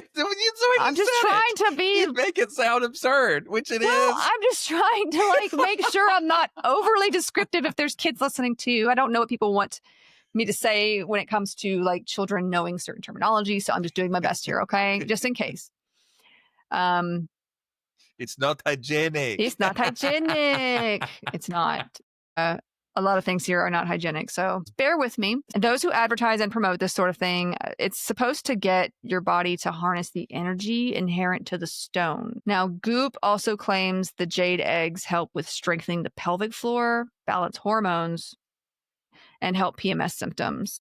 The makers and sellers of these eggs, rocks, whatever, gemstone yoni, they have their own website, I think, have stated, when inside you, yoni eggs work as little energy healers to help women transform stored trauma, spiritually renew their womb space, and hearts. Sorry, I don't know why they put space after that. And hearts. Increase their sexual energy and help one connect to themselves and feminine energy. Now, this company also sells other crystal toys of an adult nature. This is an offshoot of the whole crystals, energy, frequency philosophy. And we'll talk about that a little bit more in probably next week, because I'm going to go over some MLM stuff next week, probably. And there's going to be, we'll get there. Now, Alexis Mays, the founder of Gemstone Yoni, she explained that in ancient medicine, crystals and gemstones were thought to be imbued with a distinct frequency and unique energetic healing properties. So with the crystal crowd, it's all about finding healing or success with specific crystals that have these frequencies and energies. Now, don't get me wrong. I like a pretty rock as much as the next autistic girl, I guess. I like feeling them. They're fun to and like colors and stuff, but yeah. I don't personally attach any kind of spiritual significance to it or healing significance. Cool rock. I just enjoy looking at them. Zoe? I think I have. Hang on. I liked this one because it reminded me. It reminded me of the thing that Jareth holds, and it's much smaller. They had a bigger one, but it was way too expensive. So I I was like, it's good enough. But it reminded me of the thing in the Labyrinth, so it's literally why I got that one. There you go. But yeah, I mean, they're just fun to look at for me. I know people do like them for other reasons. Mm-hmm. And like I want to say, don't get me wrong, there are actual uses for crystals, metals, different kinds of stones based on different properties. Quartz, for instance, is used in a lot of medical equipment. Totally. Because of its piezoelectric. Piezoelectric, thank you. Mm-hmm. Piezoelectric properties. And so we'll talk about a little bit more about that next week, but I'm just there is some use in medical equipment, like ultrasounds too, with this kind of thing. But here she is basically only going with the whole energetic healing properties with that kind of thing. So yeah. But you know what? If you like the rocks and you like them for spiritual things, get all the rocks. Hey, totally you. Live your life. Live your life. Just don't lie about having cancer. Yeah, they don't. They don't cure cancer or ADHD. There's some that say like if you have ADHD, this is gonna. I'm like, what if you lose the rock because you have ADHD? What? Like I would lose it. Anyway, so this is more of a spiritual philosophy. I'm pretty sure this whole jade egg thing is honestly more of an outlier. You don't hear even those who enjoy the whole crystal thing, doing the crystal stuff. Like they don't. Most of them are not going with the jade egg thing. Like you're not sticking it in a place that you're not putting it in an orifice. But right. I'm thinking of that. I'm thinking of that store that we went to in on the coast. Remember that store we went to? Yeah, they had the really heavy incense. It was killing me. Was it really? It was. Okay. I was like, Camilla wanted to look because they did have some pretty like jewelry and stuff. But like there was nothing in there like this.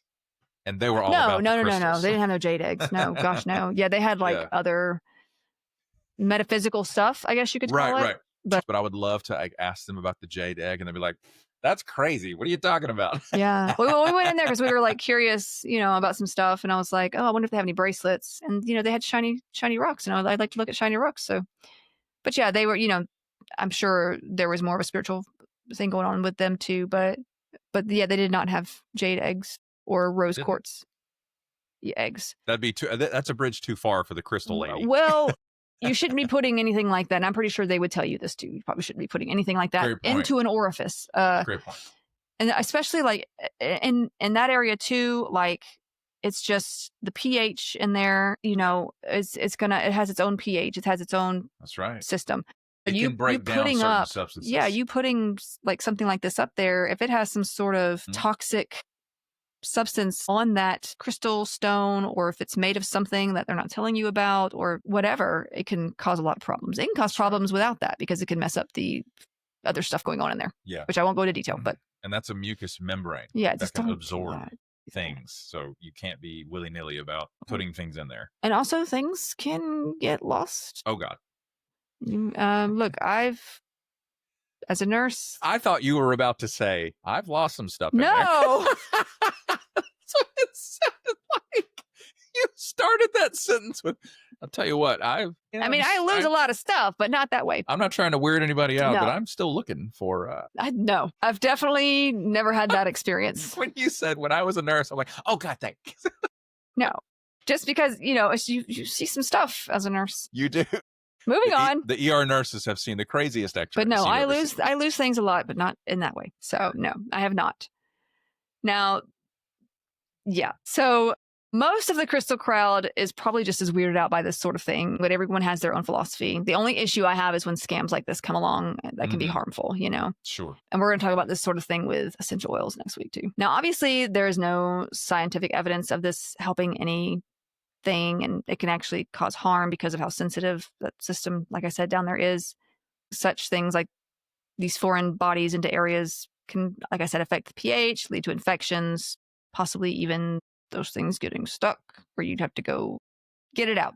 Now, some of the sellers of these egg rocks, whatever, also claim that ancient civilizations used jade/crystal eggs like this, and that it's been a thing for 5,000 years or so. This is a false claim. There's no historical evidence whatsoever that this is the case. One company has advertised it's estimated that women have been practicing with stone eggs for over 5,000 years. Empresses and concubines of the royal palace of China used eggs carved out of jade to access sexual power.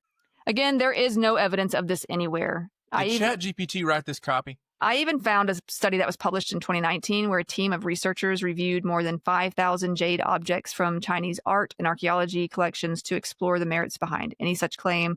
They found nothing and concluded that this claim is just a modern marketing myth. If you want to go look that up, the title is Vaginal Jade Eggs, Ancient Chinese Practice or Modern Marketing Myth. Okay, so whoever wrote that title understands SEO. Well played. So you can still find these jade eggs on the Goop website. They sell them for about $66 per egg. I'm in the wrong business. I'm over here working for a living like an idiot. It says they're made from nephrite jade. And like from the kidneys? All cells are final for obvious reasons. Mm-hmm. Now, I want to point out that there are other sites that sell these as well. There's some on eBay, Amazon. My search history has been a mess for a long time due to research on this podcast. So okay. I'm going to grab a computer just to see. It is whatever at this point. So I've gotten to where like I don't even care anymore. At first I was like, I'm going to get like somebody's going to come to my house and ask me questions. So yeah. Now the thing about this is they can tell you it's made of whatever. And how do you know? You could be using something like this. It's made up of something toxic and you wouldn't know. It's not listed. And I would say the same thing for supplements that you take that are not third-party tested. You may not know what's in there depending on where you get them. If you don't trust the source, there could be anything in there. So the whole idea is a scam anyway, but it could actually cause a good bit of harm, jade or not. Besides, it's just not something you even need. There are specialists out there that can help with pelvic floor issues and such if that's what you think you need it for.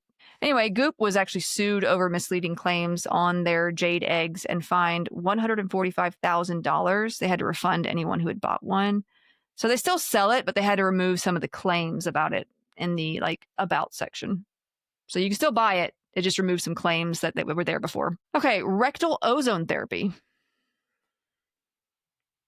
Yeah, this makes the jade egg sound almost normal, to be honest. This therapy involves the injection of ozone gas into the rectum. Brother. According to those promoting it, including Paltrow / Goop, it reduces oxidative stress, detoxification, reduces inflammation, boosts immunity, and the elimination of pathogens.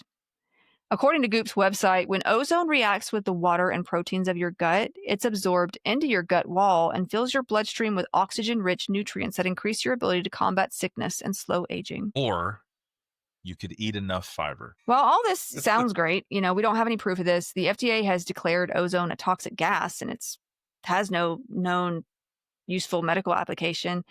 However, I have seen some recent animal studies on the use of ozone therapy. I'm not sure what all that's about yet.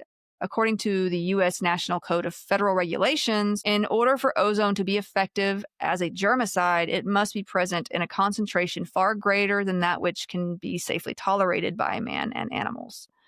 They've also stated, although undesirable physiological effects on the central nervous system, heart, and vision have been reported, the predominant physiological effect of ozone is primary irritation to the mucous membranes. Which is literally where they're putting it. Amazing. This makes sense to me because we know that inhalation of ozone gas has caused inflammation to the airways and it can lead to pulmonary edema. So that's we deal with O2, not O3. And even O2 you can get too much of. It's true. The oxygen we breathe in, we don't breathe in pure oxygen. No, it's air. It's actually mostly nitrogen, yeah. Totally. It's just a great study in how chemistry works, or biochemistry. The drastic difference between a diatomic O2 molecule and then the O3 molecule. They do not interact the same because the electrons behave differently in their outer valence shells. Well, it's so smart. And there's things like O2 bars too, where people are like, you'll get more energy if you come get this oxygen. It's like, no, brother. Unless you have COPD and you have been prescribed oxygen, it's not going to do you any good. It's similar to football players breathing oxygen on sidelines after they've come off of the field. I mean, they've been running all over the place, but you're just going shopping. I don't know. It just doesn't make any sense to me to pay for that kind of thing. But I mean, she probably has tons of money, so it doesn't really matter. Of course, she's going to be trying all. She's bored. She's going to be trying all kinds of stuff. Permanently wealthy. They also state on their website, this is the U.S. National Code of Federal Regulations, A number of devices currently on the market generate ozone by design or as a byproduct. Since exposure to ozone above a certain concentration can be injurious to health, any such device will be considered adulterated and or misbranded. Now, Paltrow said she was dealing with, and she said she was having fatigue and brain fog. And so, honey, you're just bored. You're rich. well, You don't have anything to do she in said life. she was dealing with long COVID. And I don't know if she was diagnosed with that or what, or if I don't know how she came to that conclusion. So I don't know. But her chiropractor, Will Cole, Red who flag. I think also has a podcast from what I've read, he helped her put together this sort of long COVID treatment that involved this rectal ozone therapy, as well as some other things. And he sells these gut supplements that are close to $200. He also sells a toxin test for $724. Now, for a moment, while we're on this, those online toxin tests, allergy tests, genetic disease tests that you just find online, those are not really accurate or worth what they cost. If you're looking to test yourself for something like that, you should really ask your doctor, get a specialist. Or It's just, you would not believe how easy it is to scam people with these tests. Because here's the thing, if something comes back positive, oh, you're positive for this, you need this supplement that I happen to sell. That's just how that works. It's almost like I'm making it up. And if you've done that before and you got this sort of thing going on, I would get a second opinion for sure, because a lot of them are not accurate. Sometimes they're just scams in and of themselves. What expertise of the respiratory system does a chiropractor have to be prescribing a treatment regimen for long? Well, you weren't here for the bonus episode. I forgot about that. So in original chiropractic medicine, okay, with Daniel David Palmer, who said he got this practice from a doctor who had died 50 years before. He was big into spiritualism. So he got his info on chiropractics in a seance. It's so good. But he also was a follower of magnetic healing for a time. So putting it together, he wanted to create this whole religion of chiropractics. I don't know what's taught in chiropractic school these days. I don't know if this whole thing I don't know if it's different now. I don't go to a chiropractor. I've only been to like one, and that was because I had to, because of insurance, whatever. And from what I've heard, there are some chiropractors who still think the same way as back then, anti-vaccine and a lot of that stuff. And the original, I guess you could say doctrine, because he wanted it to be that. You could fix anything by, I don't want to say manipulating or something to do with the spine, because in so doing, it's almost like the magnetic healing. If you've got something going on, it's because there's a subluxation or something in your spine. Vertebral subluxation is what he kind of termed it. And if we can just fix that, it's going to fix that issue too. So for them, it's all about this sort of mixture of, or at least for him, it was all about magnetic healing plus the whole spinal column being sort of the frequency changer of the body, I guess, if that makes sense. It does not.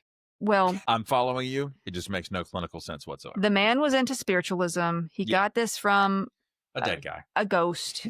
And he was big into other kinds of and I'm not trying to make fun of like people who see chiropractors. Not trying to. I think it's, if you go to a chiropractor and they're doing some massage stuff on you and it helps, go for it. Please don't let them touch your neck. You shouldn't let anybody mess with your neck like that. But if it helps you, go for it. Yeah. Even if it's a placebo and you feel like it's helping you, you know what? It's your money. You go for it. But that is those are the origins of chiropractic. So to them, it's more of let me crack this part of your back that's messed up and it's going to fix all these other problems you have. That was his thing. You can fix anything by doing this. What does he call it? It's not manipulating it. You are realigning. Yeah, some sort of alignment thing. Anyway, sorry, there I go again, getting off on things.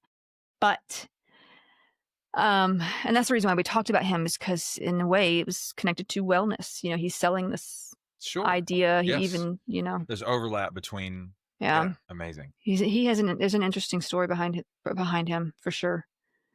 There's this website online it's mediskill.com, and it basically has a whole page talking about rectal ozone therapy, what it is, how it works, and how to do it yourself. I'm sorry. DIY rectal ozone therapy is a thing. It's bad. I don't recommend it. There they argue that it helps with disease treatment and aging. So yeah, there's a lot online out there. So obviously a lot of medical doctors have pushed back against these claims, just as they did with the whole Jade egg thing. One doctor, Dr. David Jacobs, physician and president of the Ontario Association of Radiologists, tweeted against it, saying this is not detoxification, it's industrial level stupidity.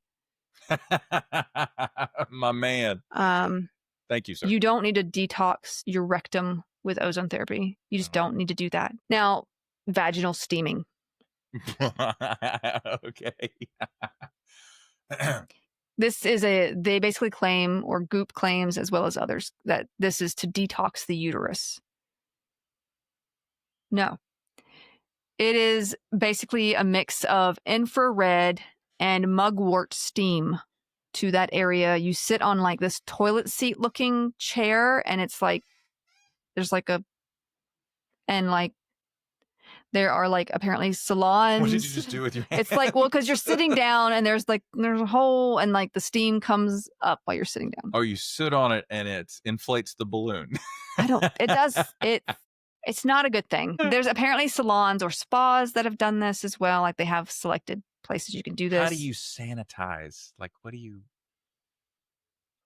So this has resulted in some pretty serious burns, and also it can lead. It's so easy to burn that tissue. Yeah. It's not cutaneous skin. It's also it can lead to higher risk for bacterial infections. And honestly, you don't need to do anything down there. Like unless you have a bacterial infection or a yeast infection. And even then there are like oral medications that a lot of times you take for those. The idea of like douching, things like that, that's not necessary. Your body, like the female body, is amazing. It cleans itself out. It's true. You know, as long as you're, taking care of your own like hygiene in a normal way, not with jade eggs and vaginal steaming, your body is doing its own thing, and it's going to be fine. Now, obviously, like I said, if you have an infection or something, you can get that treated with medication, but like you don't need this. So Goop also sells these body stickers called Body Vibes. And you can find these on the Body Vibes website too. They claim to treat anything from skin problems, anxiety, hangovers, focus problems, endurance problems, etc. They have different stickers for different problems. They're like $60 for a pack of 10 or $120 for a pack of 24. Oh, give me the 24. Now, they also claim these stickers are holistic and they hydrate, detox, boost mood, improve sleep, and my favorite, better your self-love.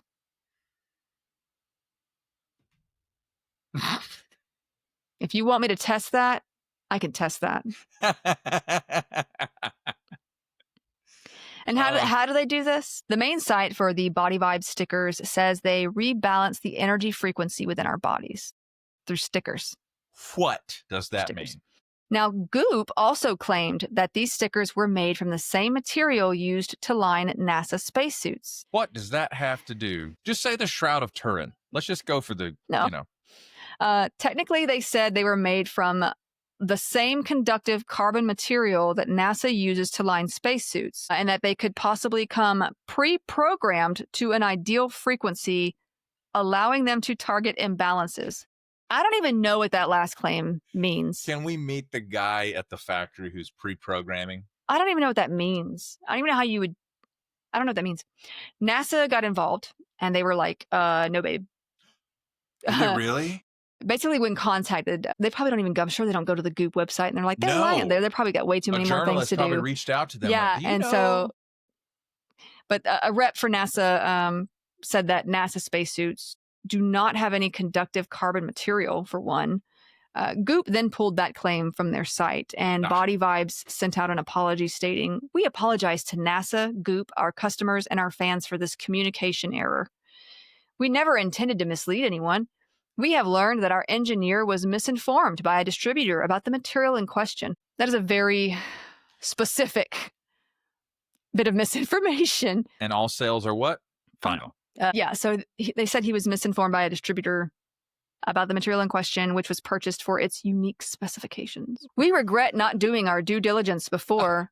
We regret. All sales are final. Including the distributor's information and the story of our product. However, the origins of the material do not in any way impact the efficacy of our product. Body Vibes, even though we don't know what it is. Body Vibes remains committed to offering a holistic lifestyle tool and we stand by the quality and effectiveness of our product. This entire statement has been run through our legal department. And part of me just wants to test some of these just to be like, 100%. see, I'm going to space. I still hate everything. It's not working. So if you do some digging, the creator of this material is a guy named Richard Eaton. And see, I like to dig. And I love that about you. And he owns a company called Alpha Biocentrics. Scam. Is it a scam yet?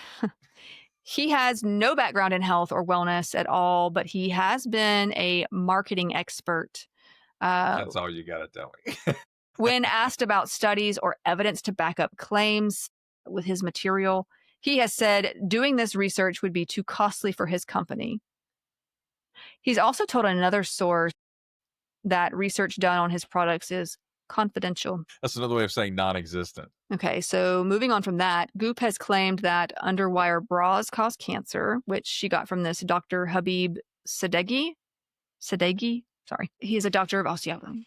But he's also an integrative functional medicine doctor. So he likely got this from a 1995 book titled Dress to Kill by Sidney Ross Singer and Soma Grismeyer. Sorry if I said that wrong, but they claim that the tightness of bras, especially underwire bras, restricts the lymphatic system, which is responsible for draining toxins from the body. Brother, no. They claim that this leads to a buildup of toxins in the breast tissue that then leads to breast cancer. This is not true. Women don't wear bras 24/7. No, and even if the time that they take it off would allow, even if there was restriction of lymphatic circulation, that tight, that's super tight, brother. You've got the wrong bra. Now you can't. That's a corset. Look, I have heard of people getting cysts from wearing sports bras that were too tight. I've heard of that. It's not cancer, but like it's got to be pretty freaking tight. Yeah, it's got to be really tight. Okay. Yeah. And you shouldn't be wearing super tight clothes anyway, because that's uncomfortable. But organizations like the American Cancer Society, the National Cancer Institute, and the Fred Hutchinson Cancer Research Center have all stated there is no scientific evidence to support a link between bra wearing and an increased risk of breast cancer.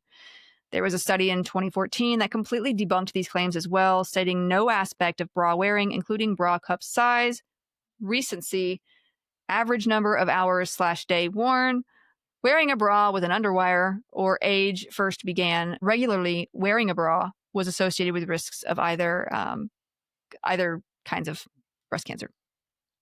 Carcinoma, if you will. Our results did not support an association between bra wearing and increased breast cancer risk among postmenopausal women either. So now Sadeghi, this guy, by the way, he's the co-founder of Beehive of Healing, where he sells, you guessed it, supplements. And he has written a lot of books with titles like The Clarity Cleanse, 12 Steps to Finding Renewed Energy, and Mega Zen, Holistic Health for the Whole Family. Now, these just scream red flag to me. This is what I mean by like taking terms that sound great and using them to push your money-making scams, including books like this. And not all supplements are bad, but the idea, for instance, like boosting one's immunity, like that's just a marketing thing. I know it sounds great. And vitamin C is good for you, but you're not going to be able to boost your immunity past what your body is capable of doing. It's just going to get rid of any excess vitamin like that. Yep. It is a water-soluble vitamin. You're just going to pee it out. I'm sorry. You can take it. It's not going to, I mean, like, you could take too much vitamin C too and have some not so fun side effects. So you can take too much, but you can also spend a lot of money on these vitamins and you're just creating an expensive pee. So, and you can support your immune system with eating a diverse and healthy diet, exercising, getting good sleep, trying to not be stressed out. We're all stressed out, but here we are. Mm-hmm. Your body's... Sorry. Oh, I felt that. Long term, manage stress while we're all stressed out. Who cares? Long term, though, your body's only going to keep the vitamin C that it needs. It's going to flush out the rest. And you can say, well, I took vitamin C and I got better for my cold. And yeah, it's a cold. I mean, it's a virus. You're going to get better typically over time anyway. But for the record, you cannot supercharge your immune system, nor will any food or supplement boost it past what it already is with a healthy lifestyle. Well, you could supercharge it with an mRNA vaccine. I mean, that's just protecting you against a virus by giving you immunity to it, right? Of course, so it's not, So it's better. So it's not necessarily boosting your immune system. It's just sending it a message. Hey, be on the lookout for this. It's like posting wanted signs, you know?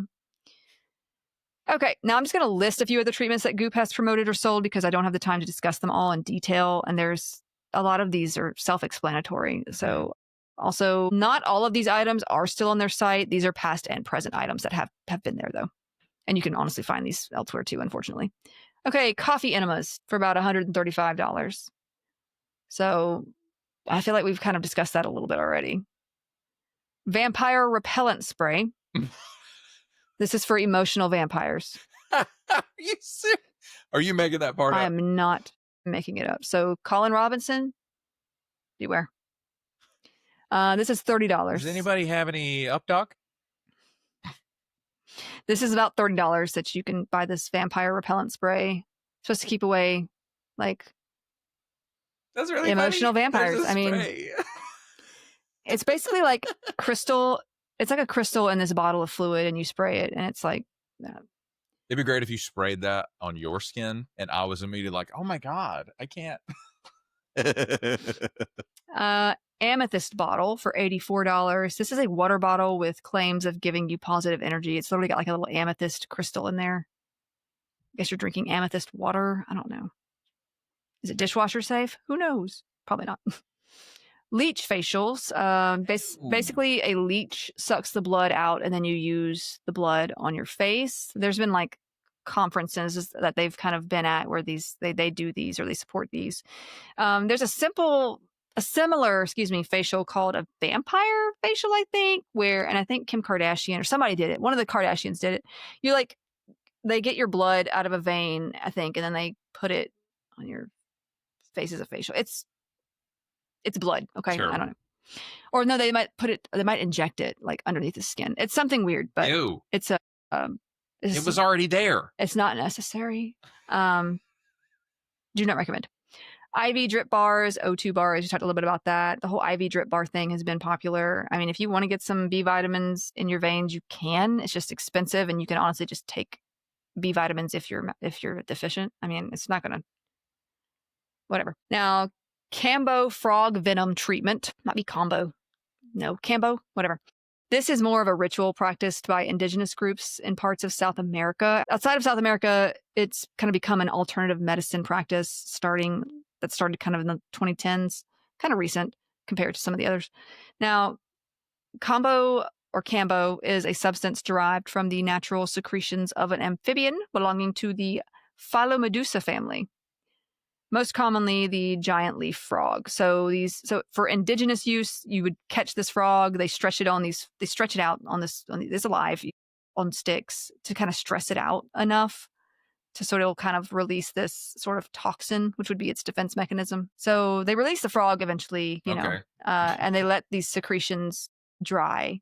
Then small burns are kind of created on the skin, and a small dose of these frog secretions would be applied to the open wounds. Now, in native practice, the secretions are removed from the wounds after about 15 to 20 minutes, which would end these acute symptoms that it causes. And these symptoms include, the effects on humans usually. So the symptoms would be tachycardia, so high heart rate, nausea, vomiting, and diarrhea. Doesn't sound fun to me, but okay.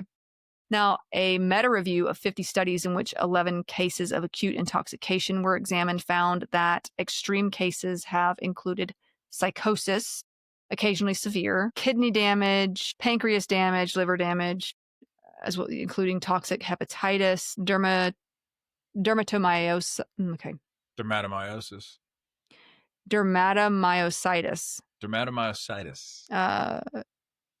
Esophageal ruptures, seizures, in some cases leading to death. So why? South American natives say it aids fertility, cleanses the body and soul, increases strength, treats fevers, depression, chronic pain, and brings good luck to hunts. But there's obviously no scientific evidence for any of these claims. It's used by natives who attempt to expel panema, which is like what they consider bad spirit, and to induce abortions. Whoa. The secretions are also commonly used in people who suffer from laziness, which is a condition conceived as unfavorable by different people groups in the area and different native groups, because the person has stopped participating socially. I'm like, they would not like me. So I'd be like, I don't want to go anywhere. Maybe they just give want a her break. the frog the frog Bring treatment. the frog. The toads. Bring the toads. Is it toad? Whatever. Bring the amphibians. Yeah.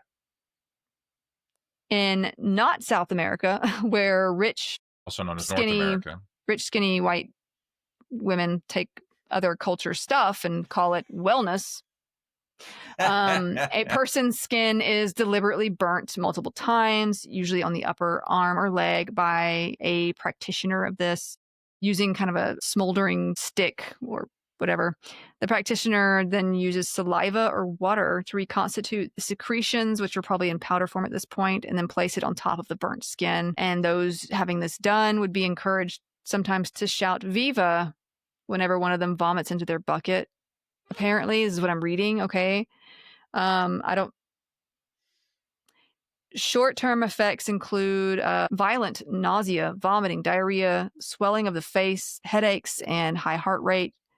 These secretions seem to be vasoactive, and they are absorbed very quickly. So, okay, so that's that. They also sell a meditation band. This is about $350, and it's basically like it's these like futuristic-looking headphones that spit out nature sounds. Basically, I mean, just get a white noise machine, but yeah. And it's supposed to keep your mind on meditation if you're struggling with that.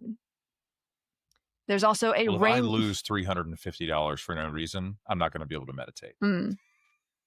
There's also the rainbow mat. This is $2,000.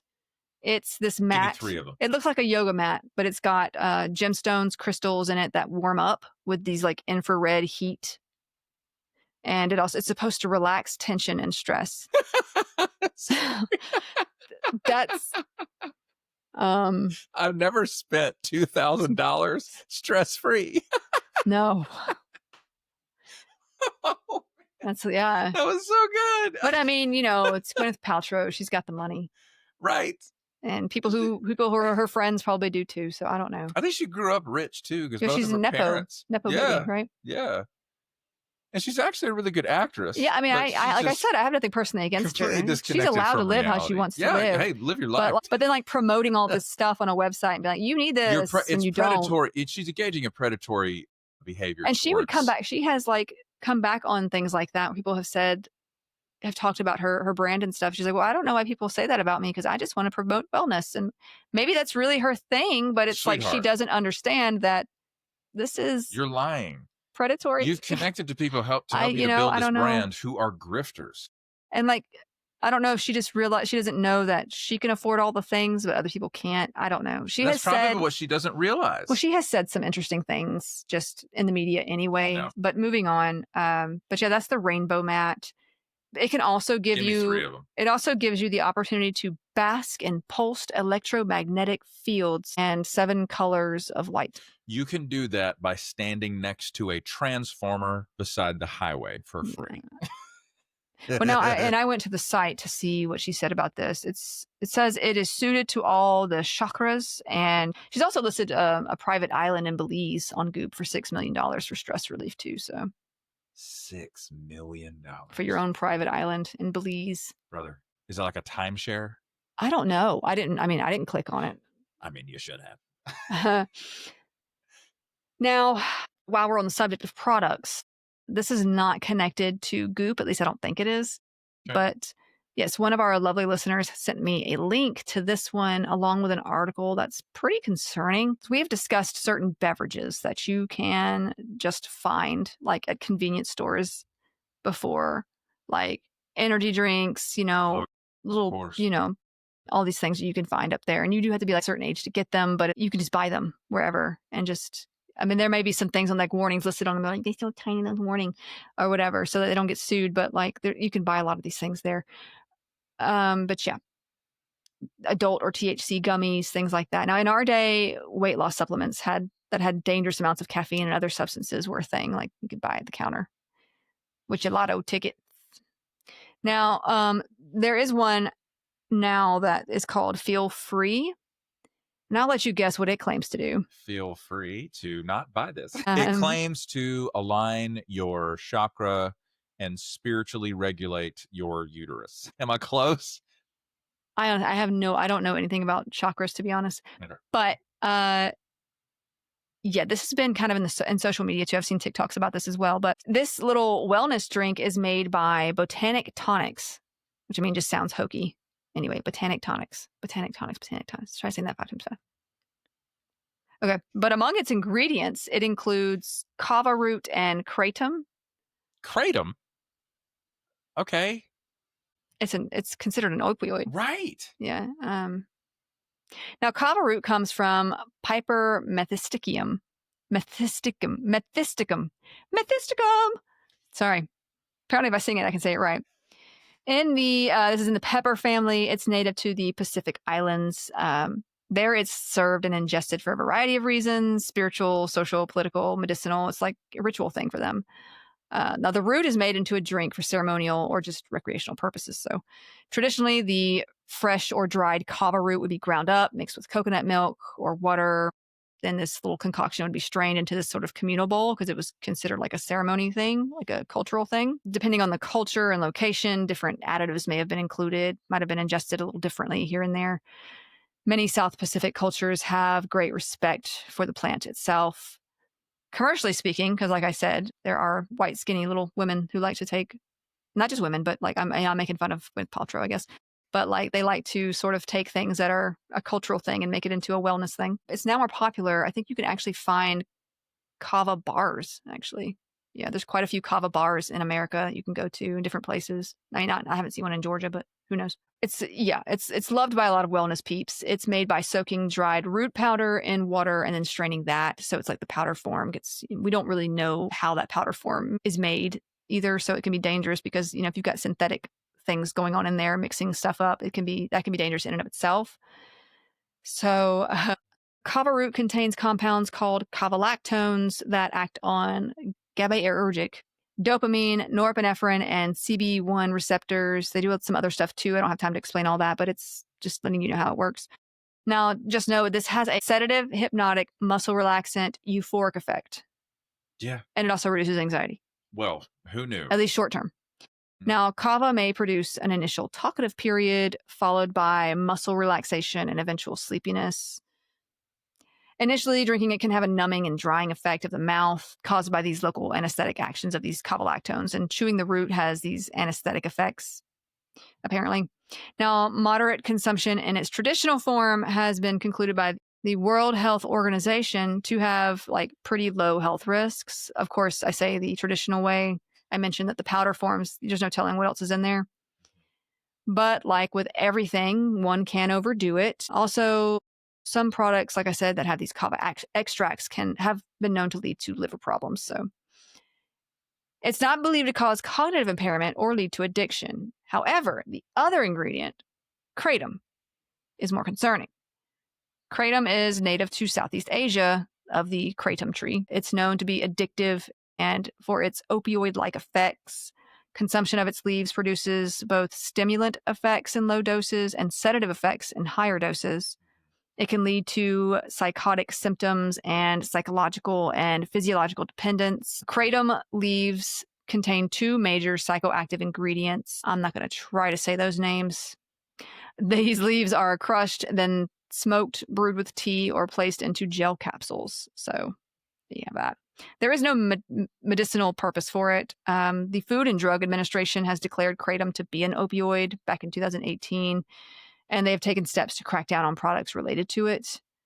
Kratom, however, is not federally regulated, but 5 states, Alabama, Arkansas, Indiana, Rhode Island, and Wisconsin, have banned it.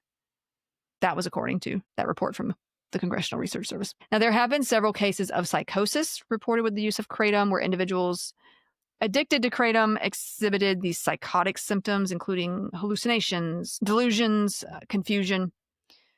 Ingestion of kratom has led to symptoms such as nausea, itching, sweating, dry mouth, constipation, increased urination, tachycardia, you have the high heart rate, vomiting, drowsiness, and loss of appetite, which is pretty normal for your opioid type medications. Users of kratom have also experienced anorexia, weight loss, insomnia, hepatotoxicity, it's your liver toxicity. Kratom is in this drink? Yes. Okay. Seizures and hallucinations. But these are just, yeah.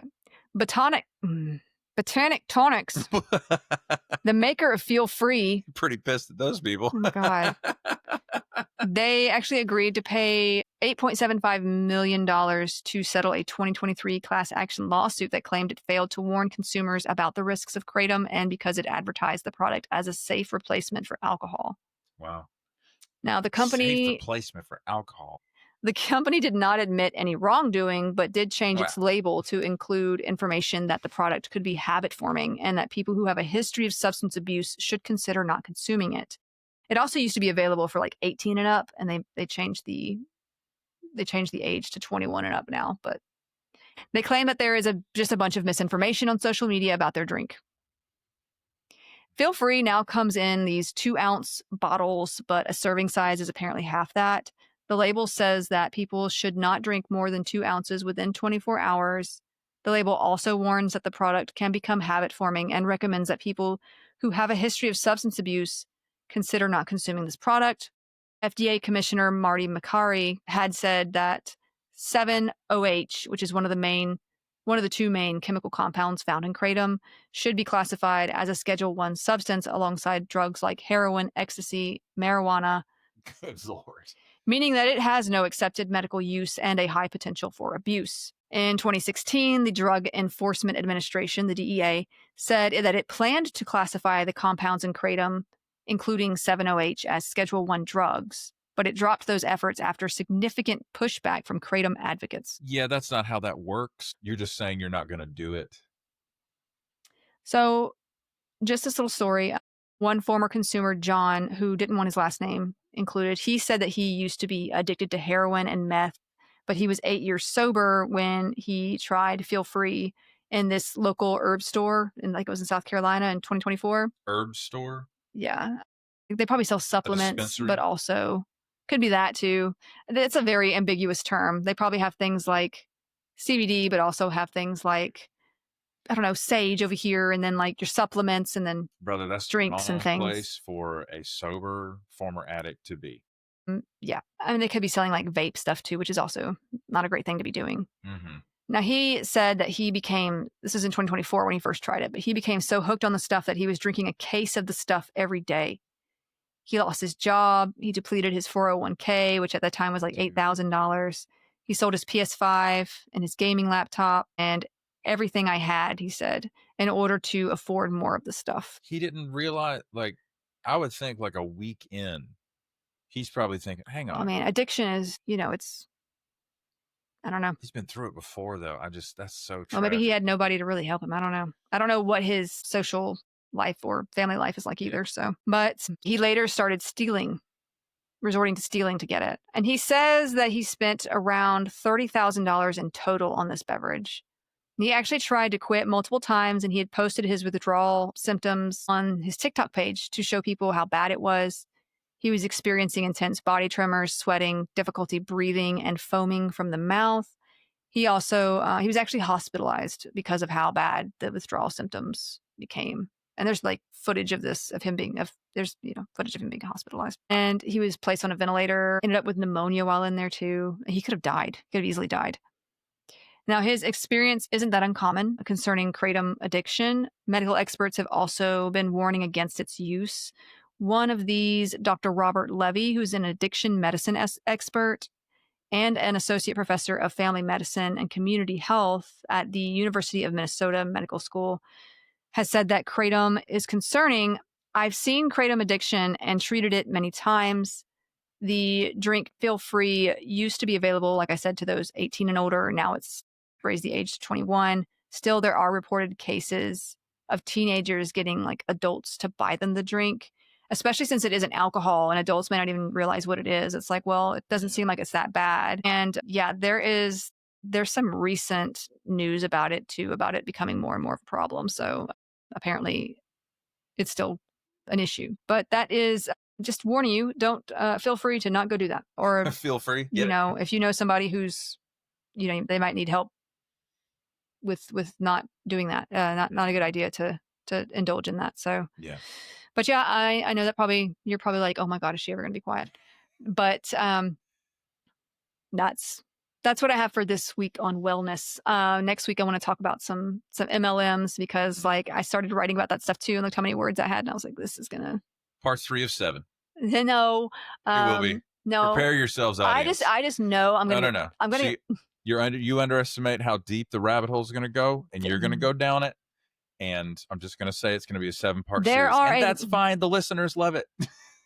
There's a lot of MLMs out there / pyramid schemes that sell a lot of different products that are like health, wellness. And so, and then they have a legal Armageddon and then they rebrand and continue on. Anyways, we're about to go another hour of, okay. Yeah. All right. That's going to do it for this episode, y'all. Thank you so much for listening and watching. We will see you in the next one. Bye. Bye-bye.